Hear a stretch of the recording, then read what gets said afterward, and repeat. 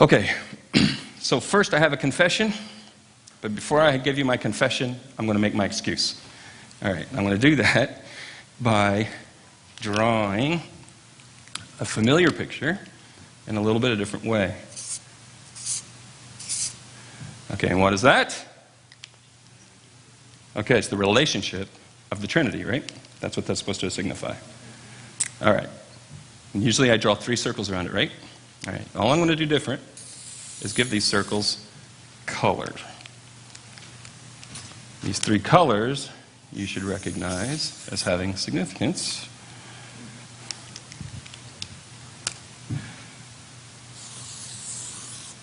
All right. Okay, circles is the wrong term.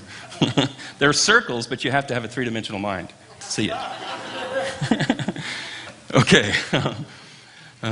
So the idea originally that I gave you this picture for was to understand, was just to illustrate the idea how Christianity is relationship. Now, I give the 3 colors because, well, it's a little bit of the relationship of the 3-dimensional idea, right? And I use the same 3 colors. And the idea was that, here, let me just put that on here.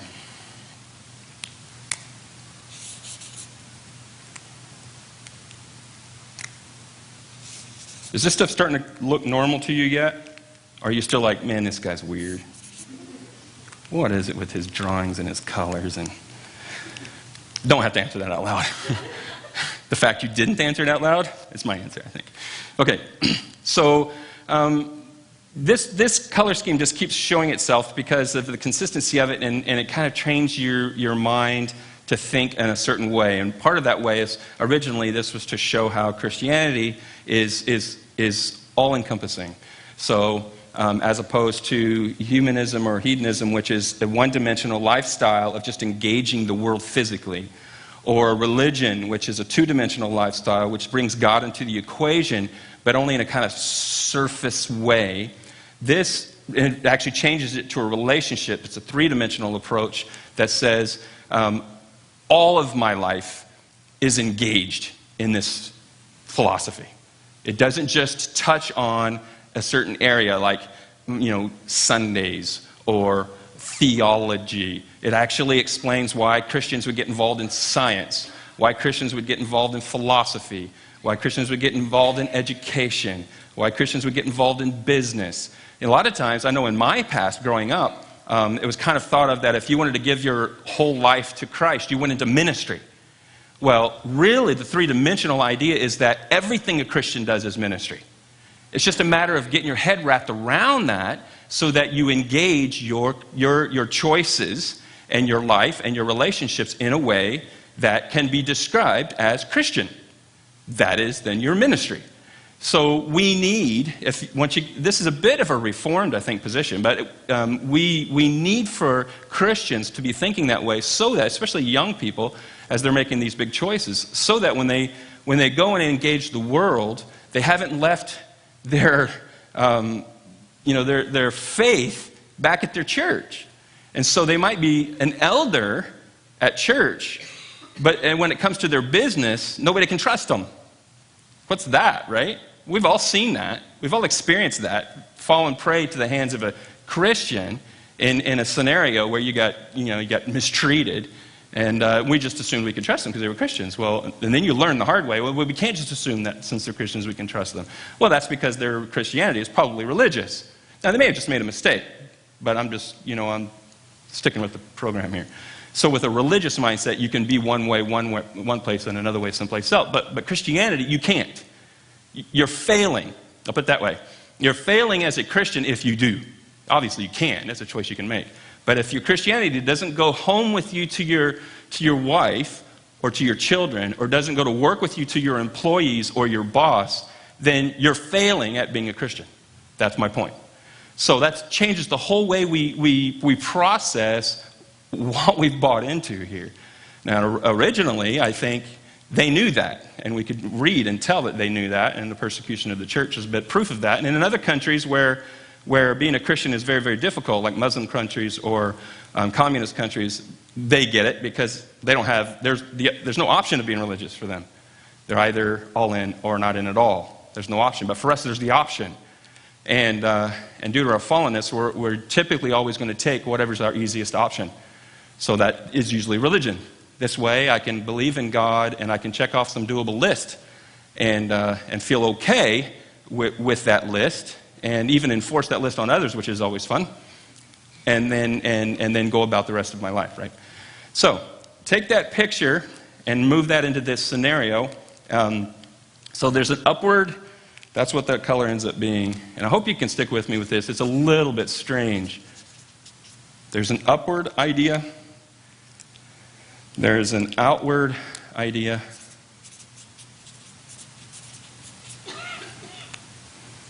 And there's an inward idea. Now, I don't want this to necessarily be the case all the time, but you will see this pattern over and over and over, as you notice. And anytime you're thinking on a specific subject, whatever subject that may be, whether you're listening to a sermon, you're in a class, you're going to the marriage class or whatever, and if the marriage class is all about how you act, it's a very poor class. Because Christians don't just act like they're married. And if it's all about obeying God, just doing what you're told to do, that is also not a very good class. It's probably better than this one. But but it's just a religious approach. You need to be a good husband, and here's the rules, follow them. But a Christian course on marriage is going to involve an inwardness too, of how to. It's all about how to be, not what to do or just what to think. It's how to be. So this is a very more of a. Actually, probably should just say that.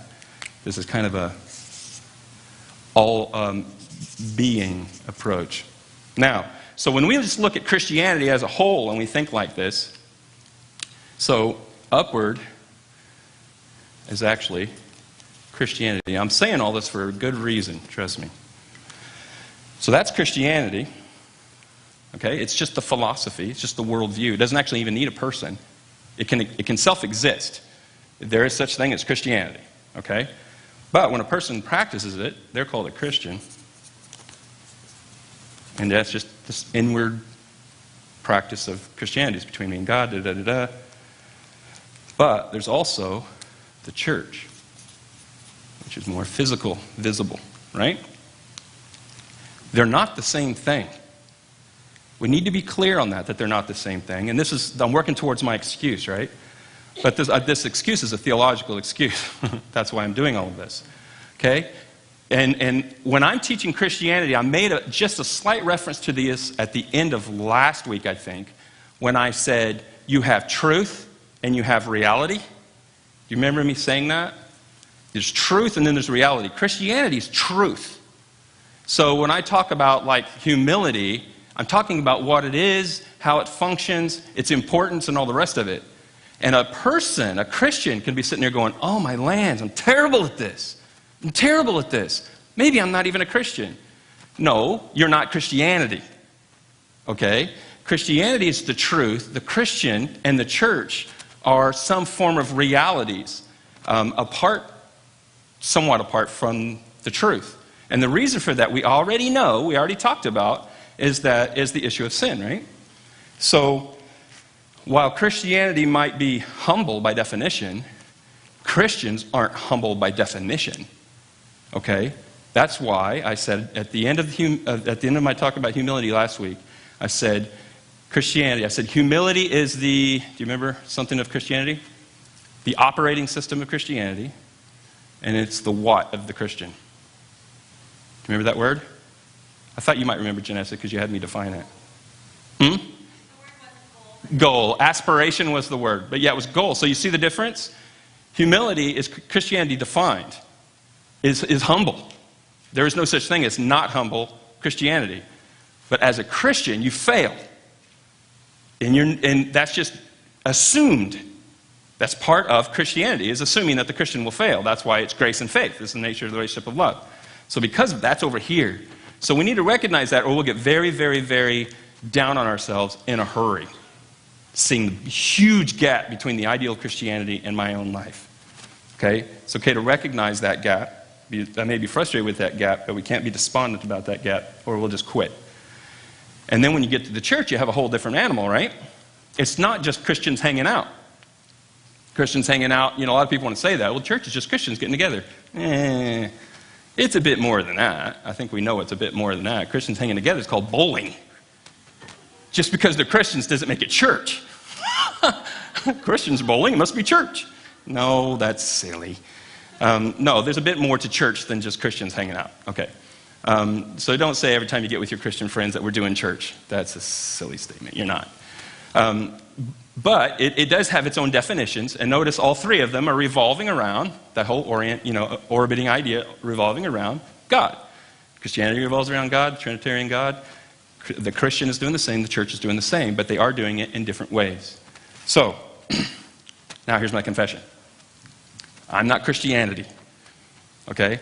I'm a Christian. So here's the irony of what happened last week. I came last week and I was a wreck, and I was not really prepared. I had lots of reasons for that, but I didn't feel prepared anyway. I'd done a lot of work. I didn't feel prepared, and I was nervous, and so I don't know if you could tell. You couldn't tell? Wow. Anyway, I don't know what that means, but I rushed through. Remember, we were doing humility, and I spent a lot of time on the first point, and then I just threw the last two kind of up there to get done with it. Here's why I did that. Ironically, speaking on humility, I did that because of pride. This is funny, isn't it? Let me explain what I mean by that. My concern, I have pride, right? I am a Christian. I am not Christianity. I have pride, and the way mine usually works out is in a form of insecurity. So, which is still pride. We talked about that, right? It's an obsession with yourself. So my obsession with myself last week was that I might be getting boring. I was worried I was getting boring. So I don't want to bog down and spend too much time on this subject because I'm getting boring and I need to keep moving. If I keep moving faster, it's probably easier not to be bored. That was my thinking. It was that simple. So that's why I wanted to be in a big fat hurry. So I want to hurry up and deal with humility because of my pride. Yes, the irony is definitely not lost on me. So, how we're going to solve that problem is we're actually going to go back. And so I'm going to, at the risk of being boring, we're going to go back and slow down. And the reason why, as I said before, humility is the operating system of Christianity. We can't rush through that. It isn't my goal to just get a bit of information to you. That's not my goal, because I know what happens with information. It just gets forgotten. I mean, how many sermons have you heard? How many do you remember? I don't even remember 10% of the sermons I preached, much less the ones I heard. So the goal isn't to inform you or interest you as much as I'd like to be interesting. It's to transform you. So sometimes that requires slowing down a little bit. My goal in all of everything that we've been through, which we'll go through just a little bit again tonight, is so that you will be three-dimensional. Not just so that you will recognize that this is my opinion. It's my goal that you will start thinking like this, start prioritizing this, start changing the way you do things if you've been any other way. If you've been religious, that you'll say, I'm done with being religious. I want to figure out how to make this more about a relationship with God and a relationship with people instead of just going to church and doing church business or whatever. It's at that level or at the next level. Let's just do this real quick. I said last week was the last review. You know why? Because I didn't want to bore you. So we're going to do another one.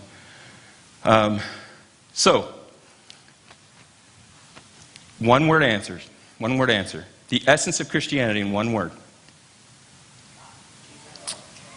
You're both wrong. It's not God and it's not Jesus. You said love? That's a good answer, but that's not the one I'm looking for. Relationship. Okay? All right, so the essence of Christianity in one word is relationship. But you're right, it requires definition. But I remember I was talking to an atheist in China, and he said, I read books from the West. He said, and it seems like you guys seems like for you in the West, everything is about relationship. And that was at my open. And I said, the reason for that is the influence of Christianity on Western culture. I said, because of the influence of Jesus and his followers on the Western culture and the church's involvement in every area of culture, it has created a civilization that emphasizes relationship. Now, what you shouldn't do is read everything that's written about relationship in the West and assume that's Christian, because he also made that mistake. I said, no. That's the freedom to think what they want to think. I said, but you got the relationship part right. It is relational. For him, as an atheist Chinaman, relationship has no real priority. It's a completely different worldview, different way of thinking. So he was really shocked by this. And for us who are in the West, we just kind of assume it.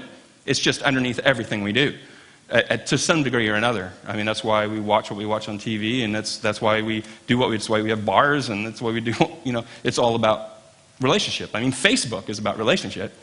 Again, it's a pathetic version of it, but nevertheless, that's what it's about. So, and that's because Christianity is about truth, and we are relational. However, we do need to define this relationship. So, the essence of the relationship, the definition of the relationship in one word is love. Okay. So it's not just relationship, it's a particular way of doing relationship. And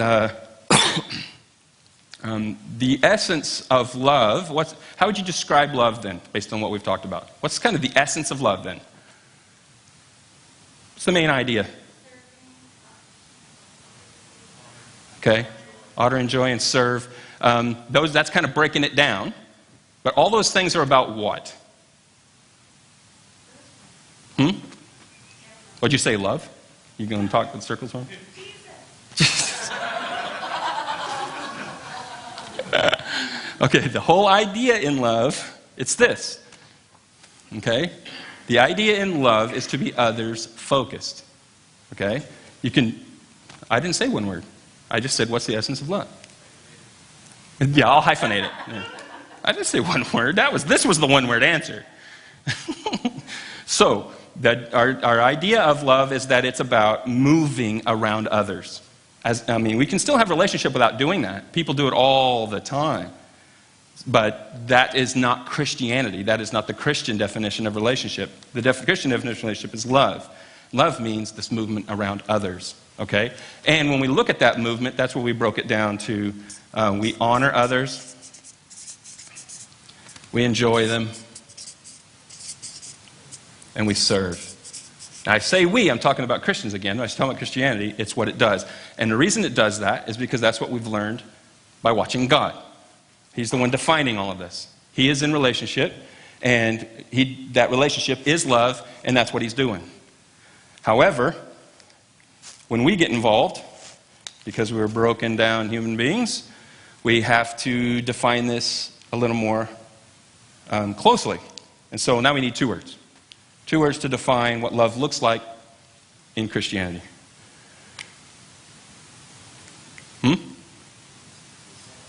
Yeah, that's defining it, but when we break it down, it's different than love is even here. When you get us involved, for Christianity's sake, you get us involved, it looks different. Yes, thank you. Grace and faith.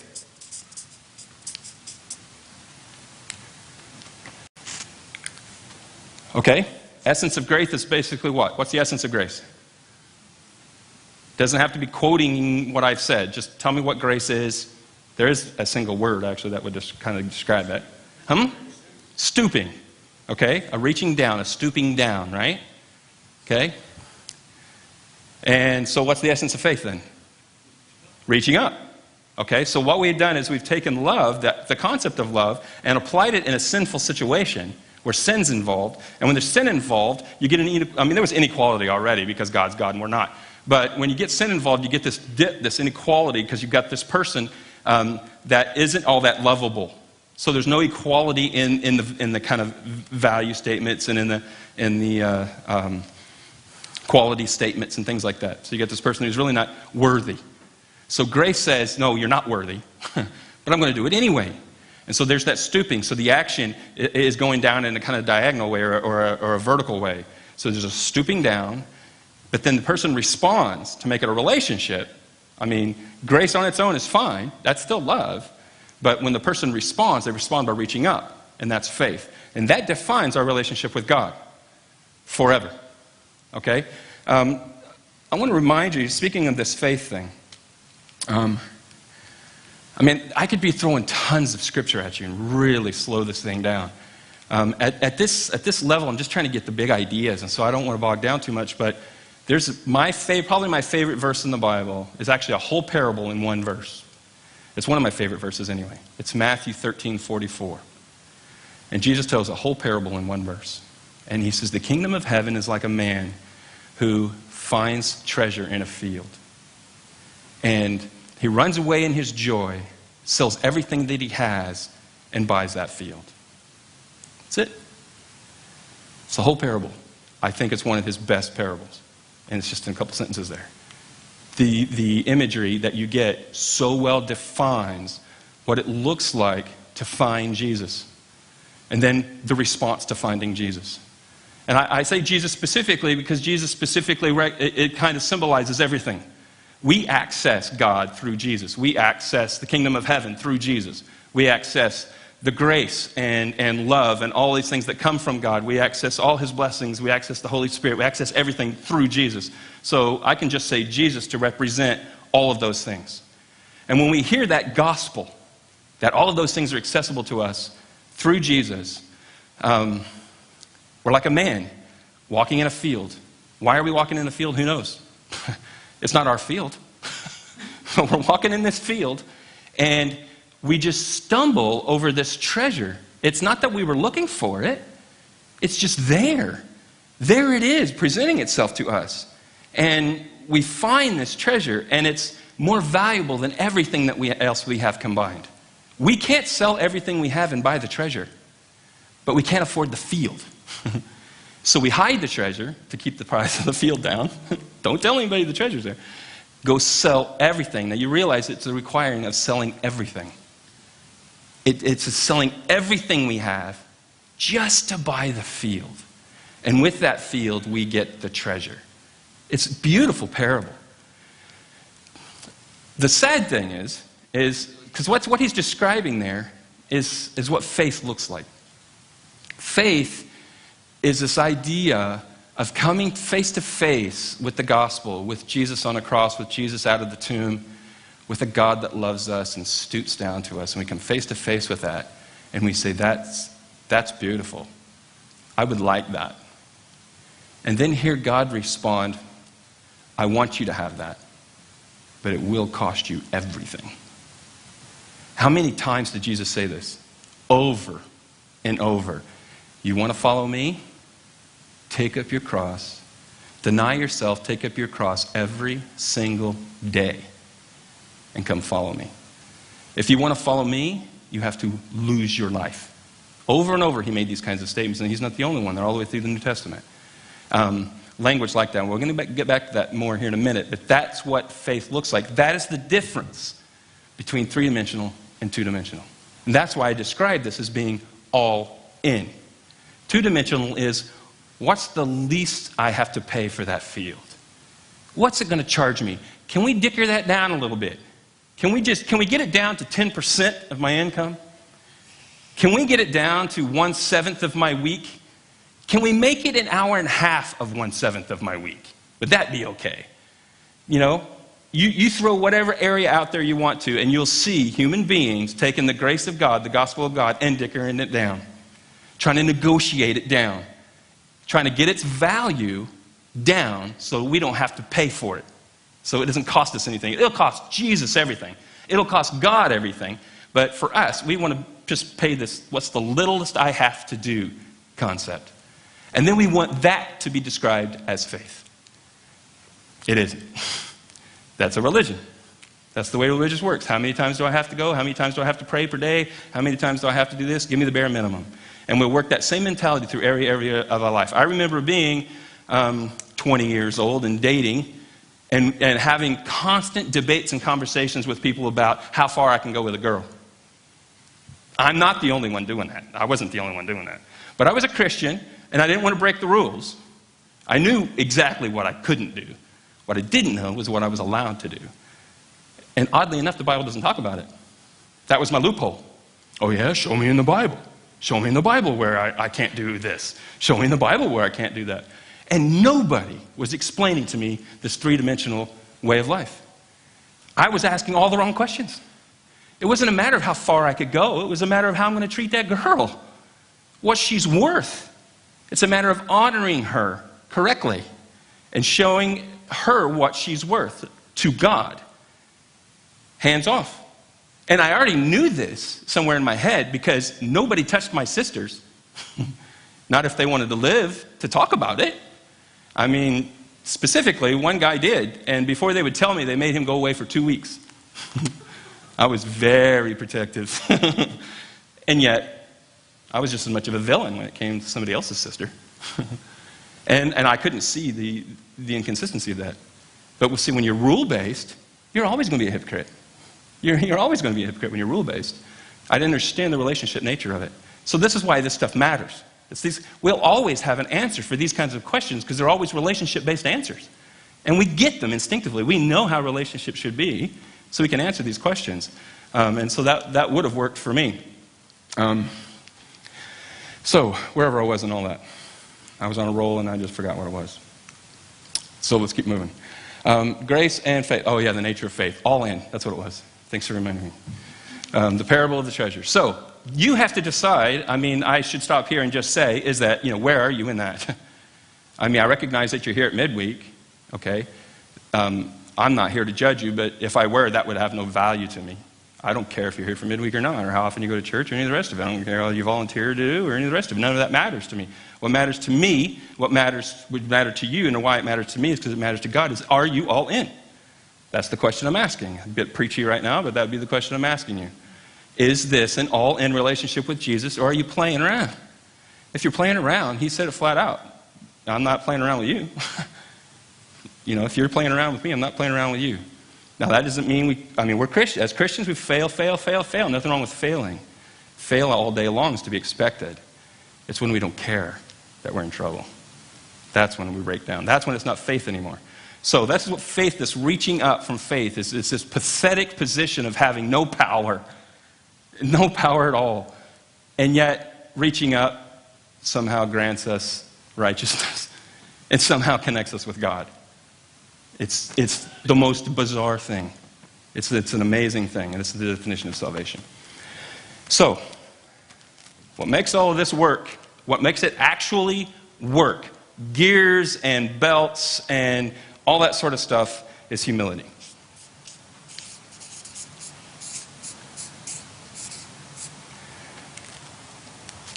I said last week, you will only be able to love to the degree that you're humble. You will only be able to believe to the degree that you're humble. You will only be able to relate with God to the degree that you're humble. Everything's going to work that way in Christianity. The meek inherit the earth. Okay? You're only going to inherit this treasure. You're only going to grab this treasure to the degree that you're humble. That's why humility is the aspiration of the Christian. Because we know that we're going to gain access to all the various areas of Christianity in church and in relationship with God and with ourselves as we become more and more humble. So we need to know what humility is. Now, I made a huge mistake last week and forgot, I'll use the word forgot. Forgot the number one attribute of humility. I gave you 3, there's 4. They all start with D. I did that for you. You're welcome. All right, so the first one's the one I forgot. I'm going to go in order of importance this time. So the first one is death. So the sermon I was preaching to you, I will now continue. Death. So the first thing that we have to do to be humble, the first thing we have to do is die. All right? It's the last thing we want to do. What is pride? You remember? There's a specific word I'm looking for, but you got it. You nailed it. Can anybody nail exactly, hit the, what I use? It's selfishness, yeah, that's what she said. But it's stronger than that. Look up in your notes a little further. Arrogance is one side of it. When it manifests itself in arrogance, or it manifests itself in insecurity. Did you say pride? That's what I'm asking. What's the definition of pride? You can't define the word with the word. Madison's always trying to do that. It's an obsession with self. Obsession. Use that word on purpose. It's an absolute obsession with self. Everybody has this. Every living human being, except for Jesus, has this problem. We are absolutely obsessed with ourselves. How we feel, mainly. What we want. What we think, which is mainly driven by how we feel and what we want. And what ought to be done and how things should be and all this. It's just this obsession with self. And this is the opposite of love, where love is this orbiting action around someone else. Pride is this static, standstill, narcissistic mindset that the world should be revolving around me. And we will rarely admit that out loud. Because we know if I say that out loud, it won't happen. So the way to get the world to revolve around me is to act like I don't want the world to revolve, especially in Christian circles. And then maybe I can maneuver the world to revolve around me. And there's just millions of ways this works itself out. But if you step back and look at our culture, it's abundantly clear, right? I mean, look at the links people will go to get a record number of friends on Facebook. What is that? Who cares? Nobody's fooled by that number. But still, I've got 542 friends on Facebook. And announce that like it's some kind of feat of majesty. It's like, and it's just, this is about me. Look how big I am. And all the whole idol, music industry, the whole move everybody wants to be famous, and everything is just revolving around this idea. When it gets down to us little people, it shows itself in a whole bunch of ways that maybe aren't as stark as the front of a magazine standing in the grocery aisle. Okay? But it's still all there. And so this obsession with self. So what we're trying to do in our aspiration for humility, taking on these things of humility, is to deal with that obsession. We want to reject it. It's as simple as that. We want to reject this obsession with ourselves. So each one of these is a step of rejecting the obsession. And where we start right from the beginning is to reject the obsession we have with our own happiness. And I'm getting this idea just from Jesus, right? He said, all right, in Luke, a couple places, but one of them is Luke 9, 24 to 25. He says,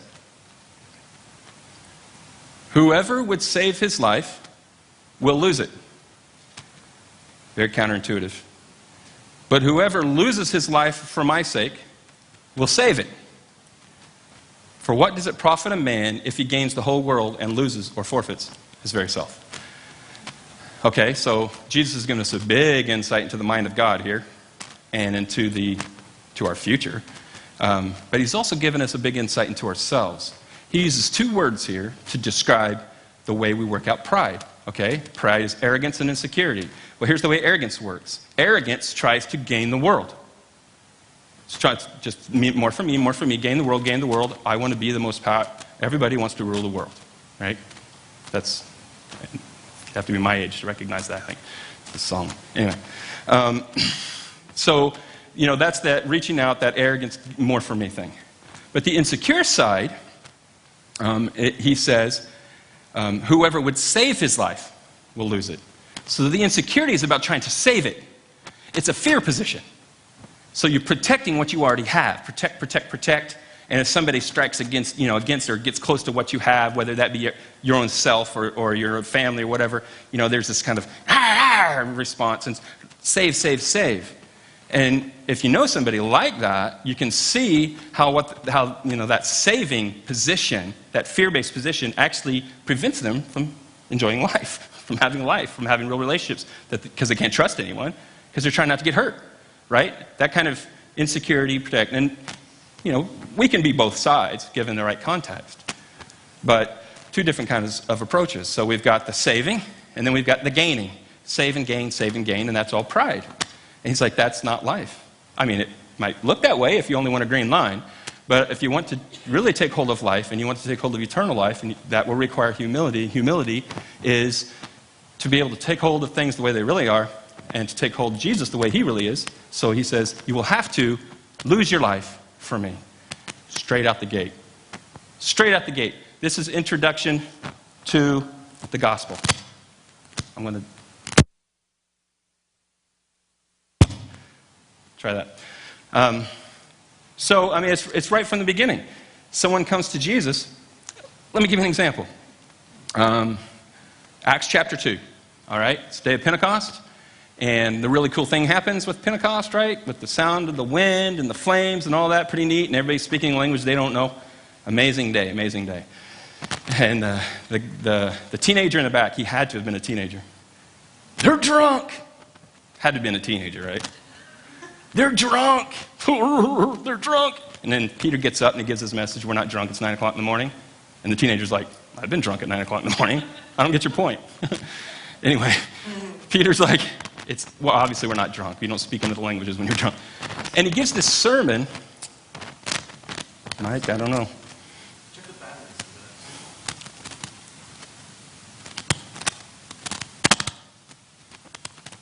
batteries. How do you check a battery?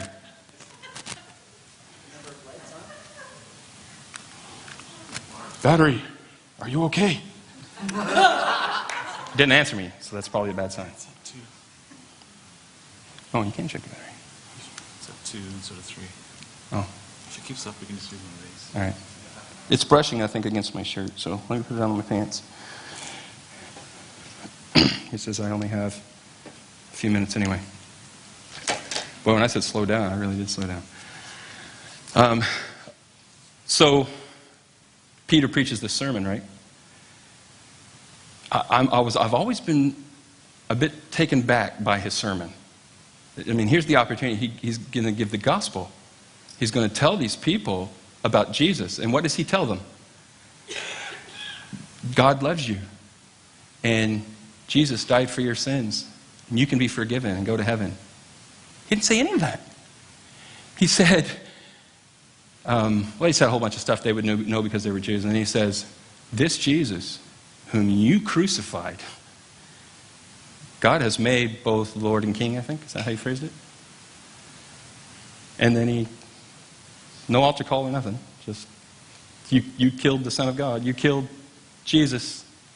And he's the Lord. And they're like, oh, brothers, what do we do? What they recognized in Peter's sermon, the gospel that they recognized, was a statement of just the truth. And yes, we want to give more than that because people don't know what we're talking about. But at the end of the day, what we are reaching up for is Jesus is Lord. That's what we're reaching up for. That's what we're trying to take hold of. That's our gospel. Now, it's good that he's Lord because he died on the cross and he loves us and he forgives us our sins. And that's great. And you can take hold of that. When you take hold of that, though, there's kind of a what next thought. All right, I've got this. I'm forgiven and in this relationship with God or whatever. But what now? And you're right back where you started. Reach up again and take hold of Jesus as Lord. Because that's the nature of the universe. That God has lifted him up and given all power and authority to him forever. And the government will be on his shoulders and he will reign. And that's reality. The cross is just our access to it. But to take hold of that reality, when you take hold of Jesus as Lord, the ... is, I am not. That's the implication. When we reach up for that, we are letting go of something else. And that is our own life. We are letting go of our rights, our self-determination, our ability to choose in a lot of ways. We're giving up our pursuit of happiness, We're giving that up. It is no longer our concern. We will not pursue happiness anymore. Does this sound familiar? Is this what you signed up for? You think what I'm saying is true? I'll just keep saying it in other ways. Here, let me throw a couple of verses at you. In Galatians 2:20, Paul writes to the Galatians and he says, I have been crucified with Christ. It is no longer I who live, but Christ who lives in me. That's not just Paul describing Paul. That's Paul describing Christian. The state of a Christian. When we become a Christian, we do what Jesus said. We take up our cross and we lose our life and we trust him enough to give it all to him. We're not doing this because we have to. That's religion. We're doing this because we believe. What fool keeps his own life when Jesus has offered to take it? That's just stupid. You have to be a moron to turn Jesus down on this deal. And that's what pride is, right? Pride is just stupidity in action. And so, I want to have what Jesus offers me, but I also want to do my own thing. That's just insanity. That's insanity. That's all that can be described as is some kind of mental disconnect. It doesn't follow. If you believe that Jesus says he is, and he did what he said he did, and he's doing what he said he's doing, and he's going to do what he said he's going to do, then, that's like saying, you have a bit of money, and the world's best investor has offered to invest your money for you, and you're like, no, here's $10. I'm going to do the rest myself. I think I'm pretty good at this. I think I've got this figured out. I think I figured this out. And he's like, I can make you $1 million in a week. And you're like, yeah, probably, but I think I have a shot here. Nobody, who would do that? Anybody who would say that, he'd be like, never mind, I don't want your $10 either. Right? Which is basically just his response. If you can't go all in, on Jesus, you can't go in on Jesus. He said that. You can't follow me unless. You can't follow me unless. So we can't leave space for two-dimensional Christianity. It doesn't exist. There's only three-dimensional Christianity. There's all-in Christianity. Everything else is something else. Yeah? I'm sorry, but don't we have a right as Christians to test the promises of the Lord? To give the investor the $10, see what he does with it, and then invest? Why would you do that? To see if he's legit? I would hope that you'd already solved that question when you've accepted the cross. Yes. He's legit. Once you accept that Jesus is on the cross, what else do you need? Sorry, and again, I don't say that we have the right to test the Lord. I want to be clear on that. We don't have the right to test him. Well, that's good. You saved me a lot of work there. Right to test his promises, don't we? Is there a difference between the promises of God and God himself? Is there any space between the two? Can you separate the promises of God from God? He would say there was in Scripture. Him and his word are exactly the same. There's no difference between the word of God and God himself. Otherwise, there's room for error. There's room for him not keeping a promise. There isn't. If he made a promise, he's going to keep it because he's God who keeps promises. So that's a good thing about trusting God, is that we can accept everything he says. Now, let me just say to you, you need to understand the promises. Because if you misunderstand a promise and you put your faith in a misunderstanding of a promise, you're going to be sorely disappointed. Back to Job. He thought there was a promise that didn't exist. And I need to bring this up in this context because I was just having a conversation with somebody today about this very thing. Our number one answer to Satan and to life needs to go something like this. Here.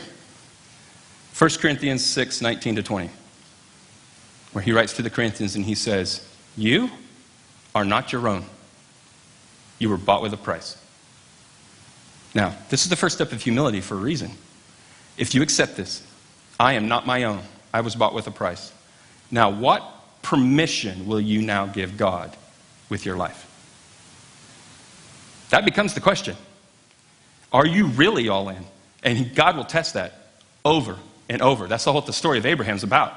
Him testing that and then setting that up as a monument to us. This is what this looks like. That I could tell you to do some ungodly thing even and kill your own son, some human sacrifice that we know God would never do. And still Abraham will go up on a mountain and bring up a knife. That's what faith looks like. That's the nature of our relationship with God.